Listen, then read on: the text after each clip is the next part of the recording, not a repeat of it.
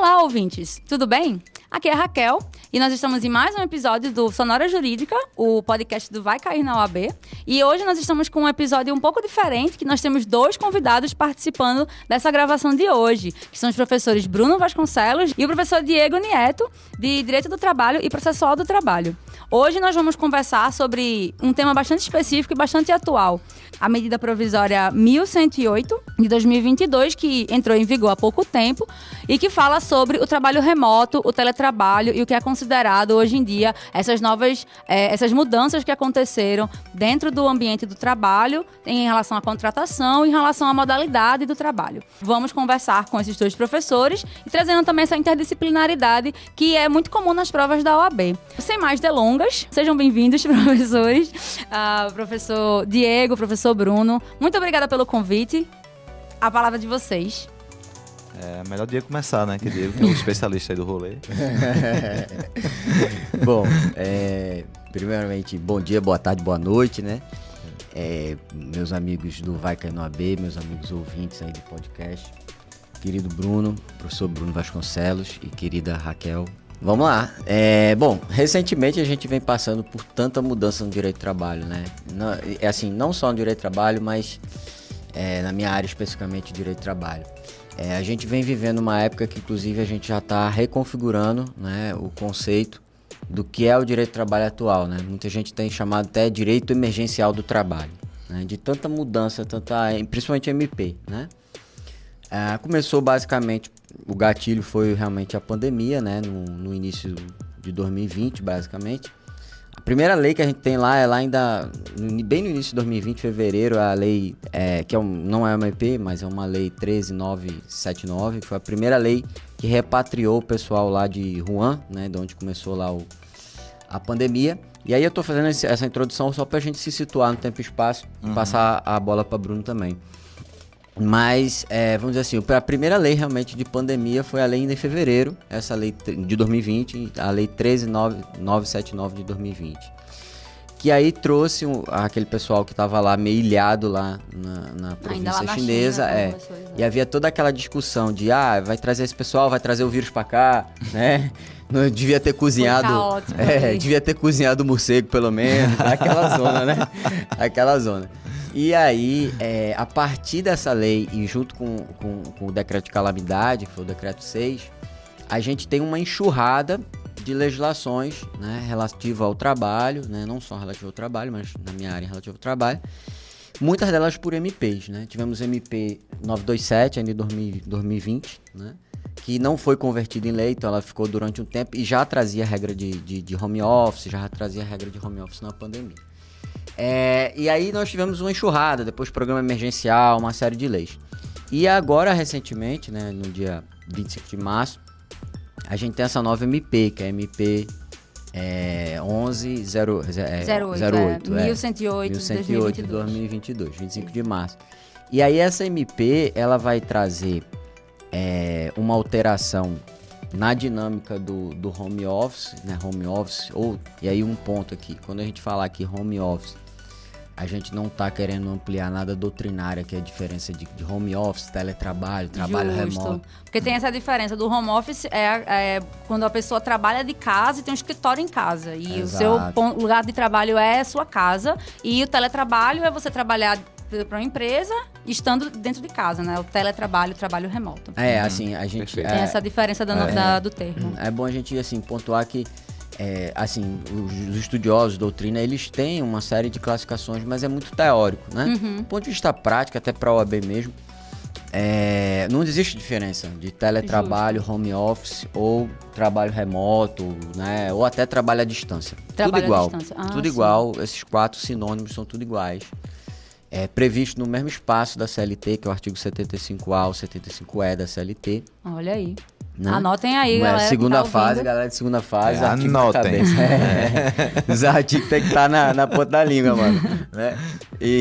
Então, assim, o que ocorre é que essa MP nova, ela trouxe umas mudanças nesse bloco da CLT, do 75A e 75E, modificando algumas regras, né, do teletrabalho, home office, tudo igual, né?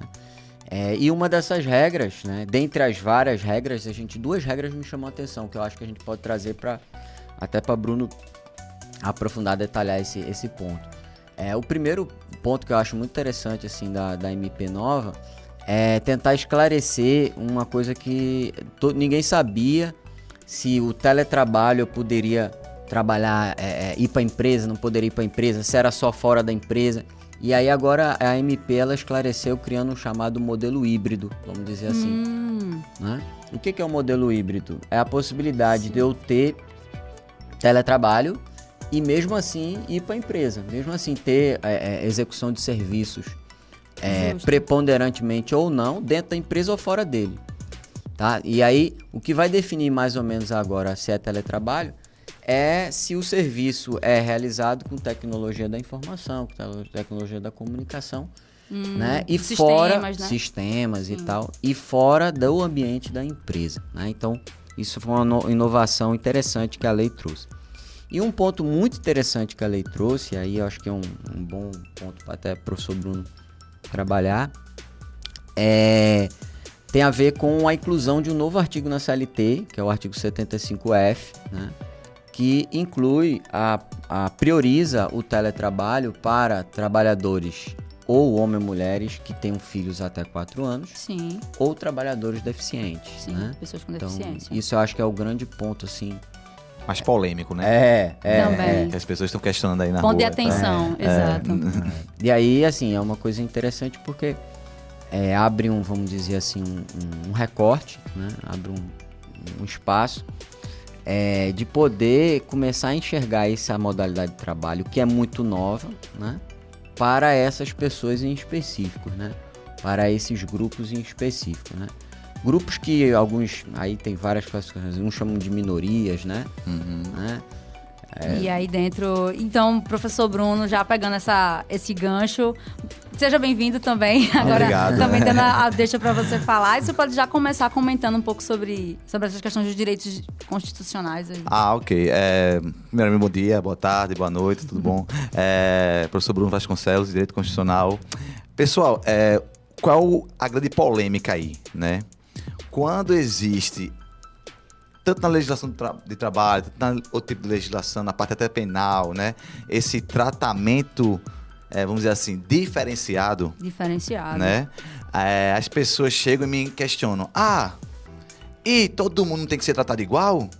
Tá na Constituição que todo mundo é igual perante a lei.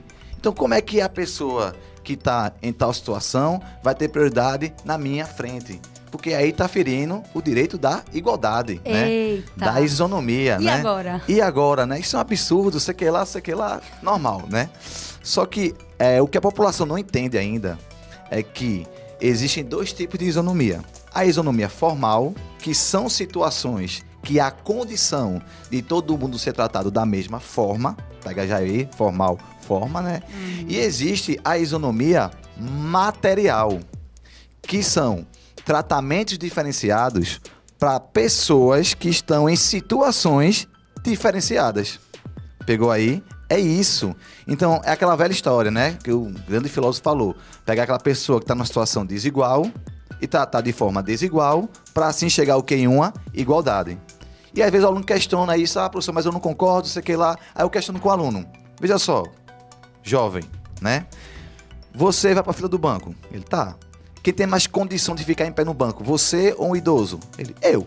Então você concorda que vai ter uma fila preferencial para um idoso? Ele, situação diferenciada, tratar de forma diferenciada. É a diferença de equidade e igualdade. É perfeito, entendeu? Exato. Então isso aí é nada mais nada menos do que a execução da isonomia material. Justo. Que é pegar aquela pessoa que está em uma situação diferenciada e tratar de forma o quê? Diferente. E se baseando nessa isonomia, veio vários outros recursos como esse, em várias outras esferas do direito, né? Como Lei Maria da Penha, cotas, que são outras coisas que a gente pode trazer aqui, que seria também muito legal em outro episódio, mas hoje o tema, né? É a medida provisória aí, 1108, que teve esse tratamento diferenciado, mas não é para dizer que um vai ter vai ser melhor do que o outro, não. É só uma pessoa que está numa situação diferenciada, né? Para chegar em uma igualdade e ficar pareado, né? Vai ser tratado de forma o quê? Diferente, nada menos do que o exercício da isonomia material, entendeu? Isonomia material. Então anotem aí também essa diferença aí. Questãozinha boa para cair, viu? Maravilha. E agora a gente indo pro nosso segundo bloco.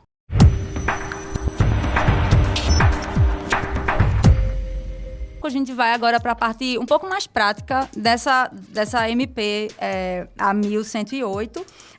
Se a gente for pensar assim, professor, como você tinha falado já, professor Diego, comentando sobre os direitos que aquele trabalhador vai ter trabalhando de casa. Os direitos eles se permanecem o mesmo enquanto trabalhador, enquanto colaborador de uma empresa. Mas aí uma coisa mais prática como o Vale Transporte ou o Vale Refeição, também teve uma mudança nisso daí, porque se a pessoa está trabalhando de casa, tem alguma coisa, a pessoa não vai precisar mais receber VT, por exemplo. Então, como é que fica isso, a relação da empresa com o empregado? Então, bom, primeiro assim, especificamente nessa parte da MP, ela não tratou desse tema em específico, né? Dessa pergunta em específico. Então a MP, e aí a alteração da lei, ela não versou sobre isso. Mas quando se tem essas situações, né? Quais são os critérios que a gente utiliza? Primeira coisa é a gente entender que o direito do trabalho persegue um princípio, né? Que é o princípio da realidade, né? Assim como o direito penal e outras ciências, o direito do trabalho ele vai buscando a realidade, né? Então, se eu não tenho deslocamento, por exemplo, não justifica o pagamento, por exemplo, do Vale Transporte, né? Justo. Apesar do Vale Transporte ser um direito do trabalhador previsto em lei, uma obrigação patronal, inclusive, né? Ainda que se opere um desconto de até 6%, né? Que a lei permite. Mas se eu não tenho deslocamento, eu não vou ter Vale Transporte, né? Vem, o que seja, recarga de vem, o que seja. Ou do ticket, né? Dependendo de onde você estiver, exato, porque o vem é daqui de Recife, ou o ticket e o bilhete. Diga-se de passagem. Então, assim, isso foi questionado bastante também nas MPs dos programas emergenciais, da suspensão do contrato de trabalho e da suspensão ou da redução de jornada de trabalho, que foi os programas emergenciais que a gente teve e que foi replicado numa nova MP, que é a MP 1009. Tá, que é um outro tema, depois se quiser a gente falar, já tem pano pra mais manga aí. Vai um puxando o outro já. O Império Contra-Ataca. O filho do novelo vem e vai um monte de coisa. O Império Contra-Ataca, o lado negro da força, né? Então, o que acontece? Isso foi muito questionado ano passado, por causa desses programas, se a pessoa estivesse em casa com o contrato suspenso, ela ia ter direito. Ia ter direito a férias, ia ter... Surgiram muitos debates. Essas MPs do passado também não foram muito expressas, apesar de uma das MPs ter dito, olha, nenhum direito do trabalhador vai ser tirado. Entende? Então, assim, meio que... Como é que a gente vai resolver esses problemas? A gente vai resolver esses problemas, primeiro, pela realidade, princípio da realidade. Segundo, se tem alguma normatização de norma coletiva. Em relação à categoria específica, se tiver uma regra específica da categoria, eu aplico a regra. Terceiro, a política da empresa. Como é que é a cultura da empresa? A empresa quer dar isso, quer, né, enfim. E aí fica muito, a solução prática disso fica muito por essa via. É importante a gente dizer que essa medida provisória, essas alterações, essa específica, 1108, ela não cai na OAB atual, né? Perfeito. Né, professor? Então, assim, é importante a gente deixar muito claro isso, para que o aluno, às vezes, estiver assistindo agora, eu vou fazer o 34. Não se desespere, não, filho. Calma, tenha calma, relaxa o bigodão, né? Calma. Porque é uma lei editada, né? Posteriormente ao edital. Isso. Né? Sim. Não prevista, inclusive, no edital, né? Que no caso essa MP de 2022 ela tá em vigor, mas quando ela virar lei vai ser ainda depois, né? É isso? Isso, aí eu acho que o professor Bruno pode falar um pouquinho dessa passo a passo, né? Mais ou menos. Tipo, como é que funciona? Muita gente questiona, professor, o presidente pode fazer isso? E ele pode fazer isso? E é assim, E ele manda em tudo, Você que vai falar assim, né? O presidente, ele pode, né, realizar essas medidas provisórias, mas não é a casa da mãe Joana, vamos dizer assim, entendeu? Ele faz a medida provisória, Só que após isso, ela vai passar por uma aprovação lá no Congresso. No Congresso, exato. Entendeu? A medida provisória não é uma lei, ela tem uma força de lei. E ela vai passar, né, pelo Congresso, vai começar primeiramente na Câmara, para depois ir para o Senado, né? E vai verificar se está compatível com a Constituição, está tudo certinho, tananã, blá, blá, blá. E depois vai ser convertida em lei, entendeu? E aí ela vai ser adicionada no caso, a CLT. Isso. Exato. Justo. Vamos dizer assim, vai entrar no circuito, vamos dizer assim, Vai como entrar. lei, entendeu? E isso daqui para ser aprovado e entrar num edital da OAB, por exemplo, Tipo, ela tem um Quanto prazo tempo, mais ou menos? ela tem um prazo de 60 dias, certo. podendo ser convertido por mais 60 dias. Isso é que pode cair na sua prova, aluno, entendeu? Como é na prática? Como é na prática? Existe um mecanismo de trancamento de pauta, que a MP fica aí, né? Vários anos, Ainda na com gaveta. força de lei, entendeu? Mas para a prova do aluno, né? O presidente pode, sob direito do trabalho? Pode, né? Tá lá no artigo 62, parágrafo 1º, que não tá vedado, entendeu? Pode sobre direito do trabalho. Mas já é lei, já é poder, pode fazer isso? Não. Ele faz, tem força de lei, depois, para ter um equilíbrio entre os poderes, entre o poder executivo e o legislativo, que a gente chama de freio e contrapeso, né? Para ter esse equilíbrio, o Congresso vai analisar para ver se ele pode ou não converter em lei, entendeu? Medida provisória pode cair na sua prova, isso no meu material também, tá? Não confundam não, tá? Agora, a medida provisória 1108, né? Essa aí não tem como cair na sua prova, a OAB 34. Pode ficar tranquilo aí. Ufa. É um respiro agora. Pra quem vai fazer 34, né? Pra quem vai fazer 35, 36, aí a gente vai falar já sobre é isso outro depois. jogo, Perfeito. Então, a gente voltando. E aí, tem alguma diferença ainda, professor? Só pra gente concluir esse último bloco, você tinha falado sobre o Vale Transporte, sobre a questão da locomoção. Mas aí o Vale Refeição, Vale Alimentação, o auxílio alimentação que a empresa tem que fornecer, existe alguma diferença que pode acontecer também? Ou não? Aí segue o mesmo raciocínio, né? Segue o mesmo raciocínio. Veja, depende. Primeiro que há uma diferença, assim, entre auxílio, alimentação e vale, né? Justo, é verdade. Já tem uma diferença nisso, conceitual, né? Inclusive, é uma tentativa que tem se havido agora de tentar melhor esclarecer isso. Existem já umas regulamentações tentando melhor esclarecer. Importante. E assim, o vale, né, o auxílio, você geralmente recebe o auxílio e utiliza, vamos dizer assim, da melhor maneira que você queira, né? E o auxílio, ele não tem previsão legal. Certo. Vamos dizer assim, depende muito da prática da empresa, depende da norma coletiva da categoria. Mas o vale alimentação, né, que geralmente é o Sodexo, aqueles, né, o ticket, VR, né, VR, vale refeição, melhor dizendo. Vale né? refeição, exato. Esse tem previsão legal, né? Também não é obrigado a empresa dar. Importante isso, às vezes os trabalhadores pensam, eu sou obrigado a receber almoço ou receber vale. Não é. Existe um programa, obviamente, que entra como benefício, né? Entra como se fosse um benefício, né? A empresa, inclusive, ela vai ter vantagem, né? Vantagem fiscal se ela oferecer. Então, é meio que uma dinâmica de incentivo que o governo faz. O que é obrigatório é o Vale Transporte. O Vale Transporte é obrigatório, tem que dar, né?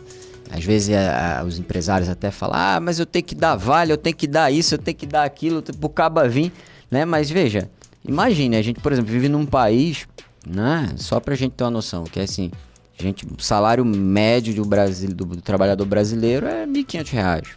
Justo. Né? Imagine uma estrutura de deslocamento de transporte péssimo, né? O Brasil não tem uma infraestrutura legal, né? Não é uma Europa, é uma Suíça, a gente até brinca, né? Não é a Suíça. Imagine se você não der um vale, meu amigo. O cara não vai trabalhar. Não tem condições. Entendeu? Então, assim, essas regras, o Vale Transporte é sim obrigatório, os outros não, tá? Isso é importante a gente dizer. Em relação ao home office, né? Como eu disse, essa lei e até a própria CLT que já tem sobre home office, ela não é taxativa sobre isso. Ela não trata especificamente dessa matéria. Então, a gente vai resolver com realidade, vai resolver com norma coletiva e por aí vai. Massa. Entendeu? Bom, e mais um último questionamento é, além desses benefícios que já são base, então, se a gente tá trabalhando presencialmente, a empresa ela tem por lei, aí, como o professor já tinha explicado, de fornecer o Vale Transporte, tem ainda o benefício do Vale Refeição, da alimentação, que não é necessariamente obrigatório, mas com o trabalho remoto a gente tem ainda outro ponto, que quando você está trabalhando no escritório, por exemplo, na empresa, a empresa fornece os materiais, fornece um computador, fornece uma mesa, fornece os objetos, as tecnologias, e você de casa precisaria ter isso, ou o trabalhador de casa precisaria ter isso. Então, professor, é necessário que a empresa forneça isso? A MP, ela diz algo sobre isso? Tem alguma outra MP que já tenha falado que a empresa deve fornecer materiais tecnológicos para que o trabalhador possa trabalhar de casa? Ou, enfim, como é que funciona isso daí? Isso é uma ótima pergunta, e aí eu vou responder isso sob dois ângulos. O ângulo do que cai hoje na OAB, ok? Para facilitar para o pessoal. E o ângulo do que realmente tem a inovação e no futuro pode cair na OAB, ainda não cai, mas vai cair, pode cair na frente. Vamos lá. O que cai na OAB hoje, até o exame 34, a gente tem a regulamentação na CLT dizendo, lá no 75D da CLT, dizendo que essas questões acessórias ao contrato de trabalho, a internet, o mobiliário, o que seja, pode ser definido no contrato, tá? Quando diz pode, sugere-se que deva-se, né, ser definido num termo contratual, porque o teletrabalho, para ser implantado, se você está no trabalho presencial e vai ser implantado o teletrabalho, a CLT exige um mútuo acordo, né? Eu até brinco, vou fazer aqui uma zoeira aqui pro pessoal gravar, né? Que aí o pessoal grava e, pelo amor de Deus, ninguém me entenda mal, nada de política, ok? Mas PT gosta de quê? PT. Né? O pessoal sempre fica, PT gosta de quê? Isso aí é uma pergunta bem complicada, né? Dependendo da pessoa, pode ser várias respostas. Pode ser várias respostas, né? Então eu sempre falo, ó, PT não é geralmente tem aquela ideia de fazer um acordo, né? Conversar. Lula não é um cara dialogar, gosta de diálogo, né? E aí eu não tô querendo nem entrar em nenhuma análise pejorativa, pelo amor de Deus. Tá? Nenhum adjetivo, é uma questão substantiva aqui. Então, veja, toda vez que eu vou do presencial pro teletrabalho PT, o que eu tô fazendo? Eu tenho que ter um mútuo acordo, uma conversa entre patrão e empregado e tem que ter documento, ok? Tem que estar tudo no papel. Tudo no papel. E, ao contrário, se eu vier do TP, não é TP não, né? TP, se eu vier do TP, eu não preciso... Do teletrabalho pro presencial. Isso, do teletrabalho presencial. Então, eu não preciso do quê? Não preciso do mútuo consentimento desse acordo, apenas preciso de 15 dias para ajuste de rotina e preciso de um novo documento, de um termo. Então, isso é uma dica importantíssima para vocês gravarem aí para a OAB. Muito bom, né? muito bom. Grava aí o PT e o TP, ok? E isso tem caído, já caiu pelo menos umas 2 vezes em umas 2 provas, exatamente isso, né? Então, isso é a regra hoje, que para eu implantar o teletrabalho, eu tenho uma exigência, né? E para eu voltar para o presencial também tem exigência. E nesse termo que eu faço, eu já devo constar nesse termo de implantação do teletrabalho a regra do jogo. Quem é que vai pagar a internet? Vai sair do meu bolso? Não vai sair? Boa. Entendeu? E aí, veja, isso é a regra geral do que cai hoje até o 34. Aí vamos lá. MP nova, o que ela traz? Como isso ficou uma coisa meio cláusula aberta, ficou uma coisa meio solta. Muito fluido. Né? Muito fluido, pode sim, pode não, né?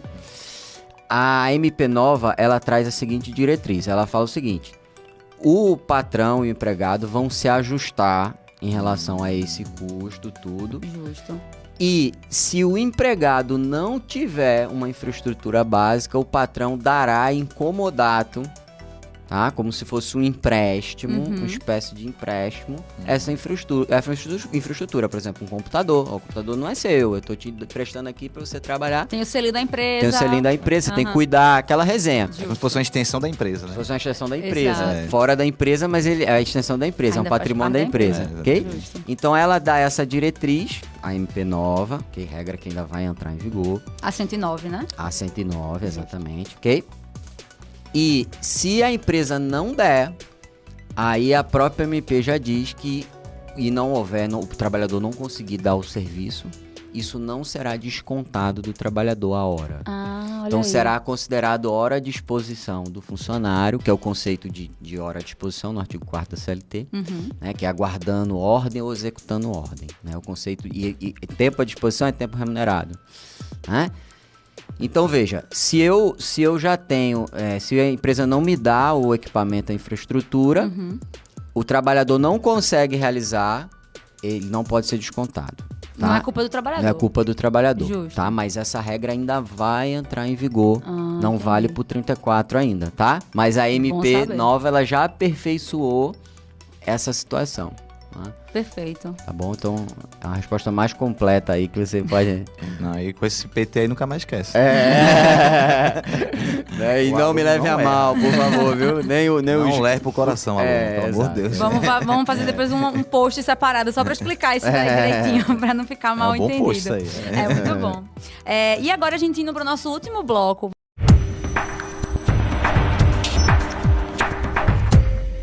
Então, pode ser de constitucional, a gente pode pensar até nessa questão da isonomia, como o professor Bruno tinha comentado, ou também mesmo a própria questão do trabalho, direito do trabalho.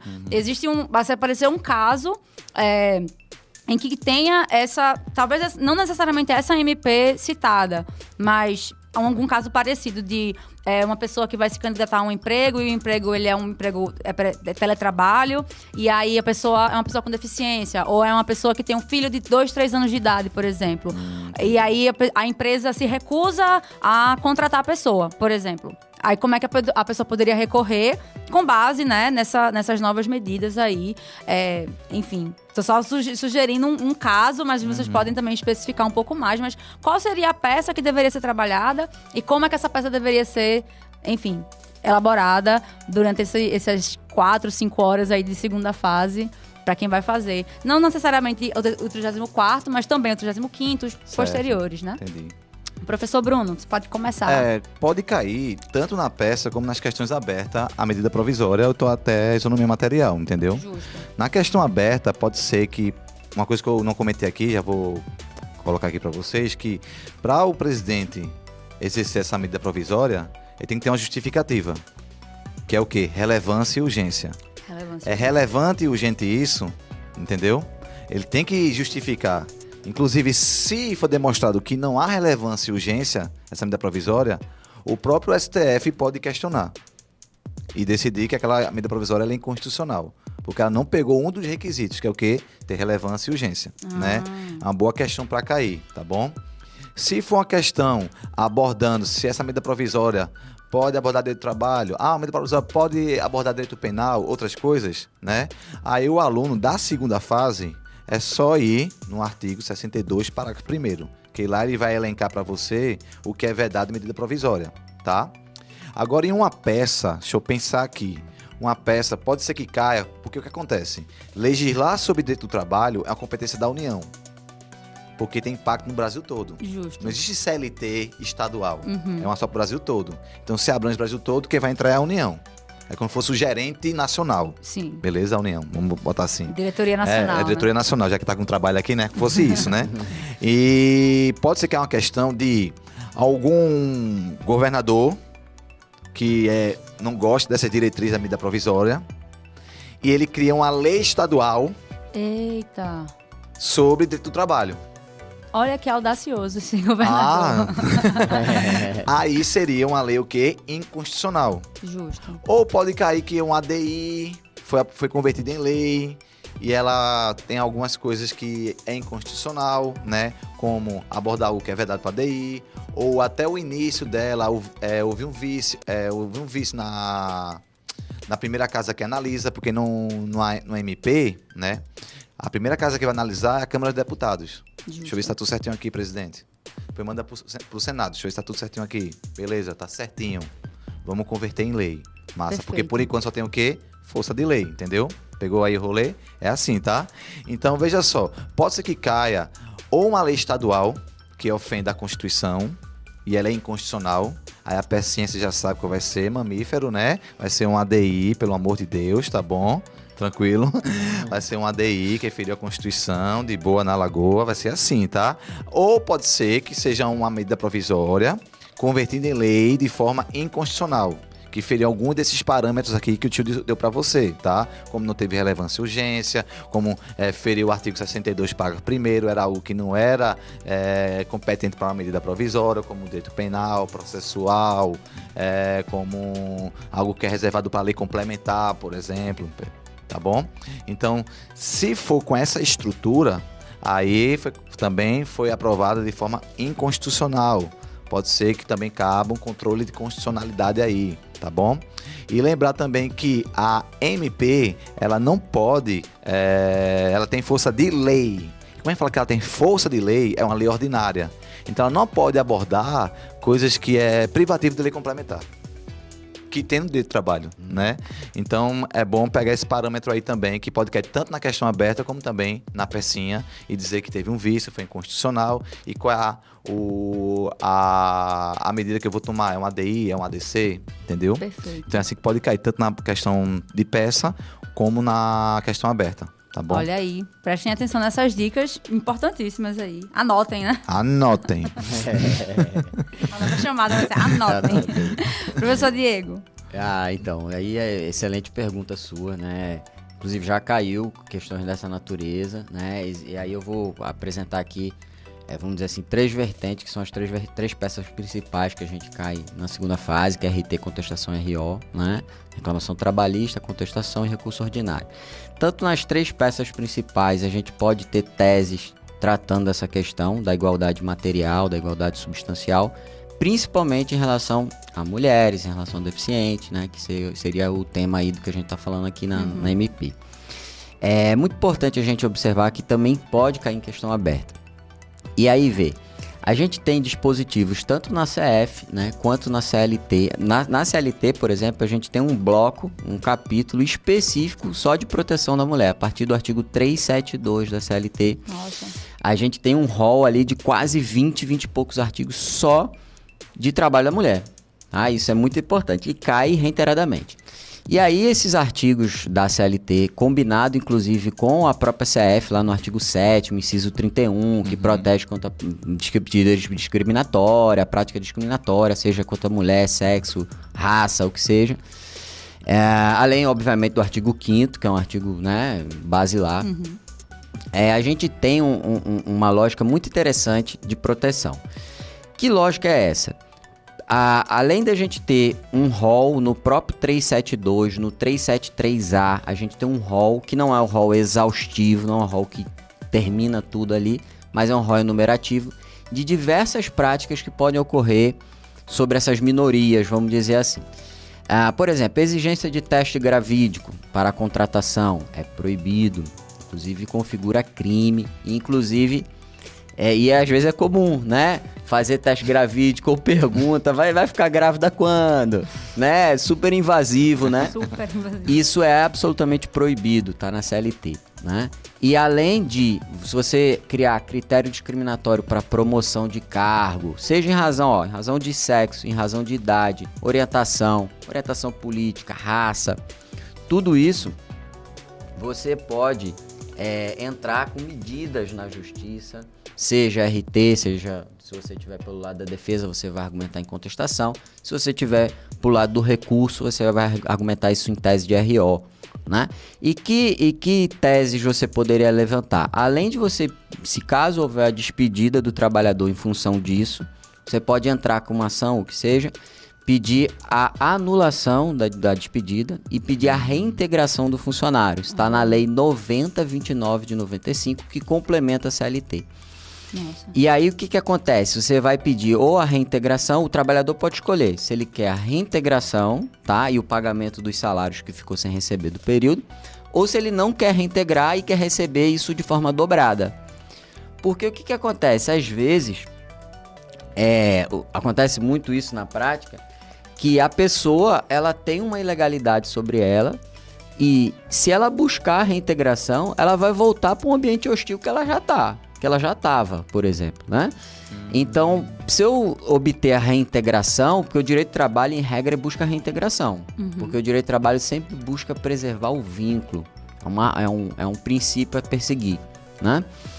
Mas se eu tô num ambiente que é misógino, que é um ambiente que Tóxico. Hostil, É, tóxico, tóxico, né? é. Que causa, e isso inclusive pode levar a uma doença ocupacional no futuro, um adoecimento, né?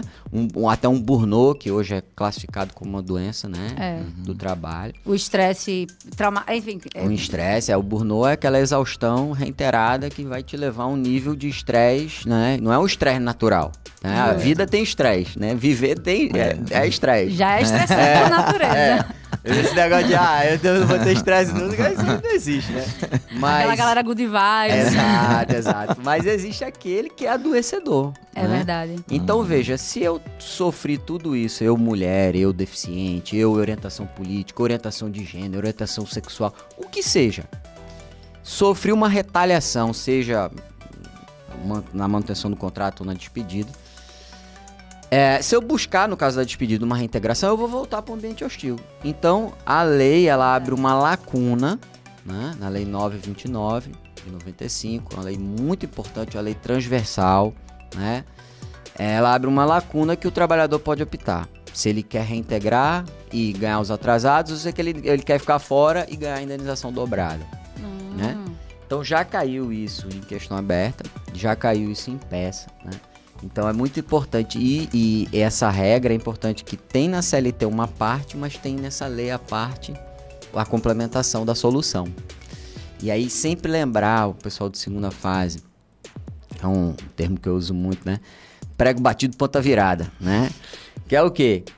Véi, não adianta tu responder no aleatório não pode por isso, porque a CLT não deixa, lá. Tá, mas não deixa por quê? Qual é a solução? Né? Tem que justificar, Tem que justificar, né? Exato. Fundamentar com precisão, porque isso é o que vai dar a sua pontuação, o seu nível de pontuação máxima. As pontuações mínimas que eles dão. Mínimas, que o examinador às vezes tá de saco cheio de corrigir prova. Então, qualquer vírgula pode ser uma... Exato. Então, assim, muito cuidado, isso é um tema, assim, sensível, né? Na segunda fase. Observe por que lado você tá. Se você tá no lado do trabalhador, né? Você vai promover uma medida em prol do trabalhador. Se você está pro lado da empresa, você vai desenvolver uma argumentação em prol da empresa. Que é uma das grandes falhas de preparação, às vezes, na segunda fase. Quando a gente vai ver os alunos que não conseguem e tal, eles têm erros semelhantes, né? E aí, só para fechar realmente, para não me alongar, é o seguinte: observe em que lado você tá. Observe a solução real que você vai dar para o seu cliente, né? Não decore só o artigo ou só o conceito, né? Mas aplique esse conceito na questão, né? Então faça o que a gente chama de prego batido ponta virada, né? E também levando em consideração todas as informações que vão estar no enunciado. Então o caso ali completo, enxugue cada vírgula que tem ali, porque dá para aproveitar muita coisa das informações dadas, eu sempre falo uma brincadeira assim: a resposta está na pergunta, né?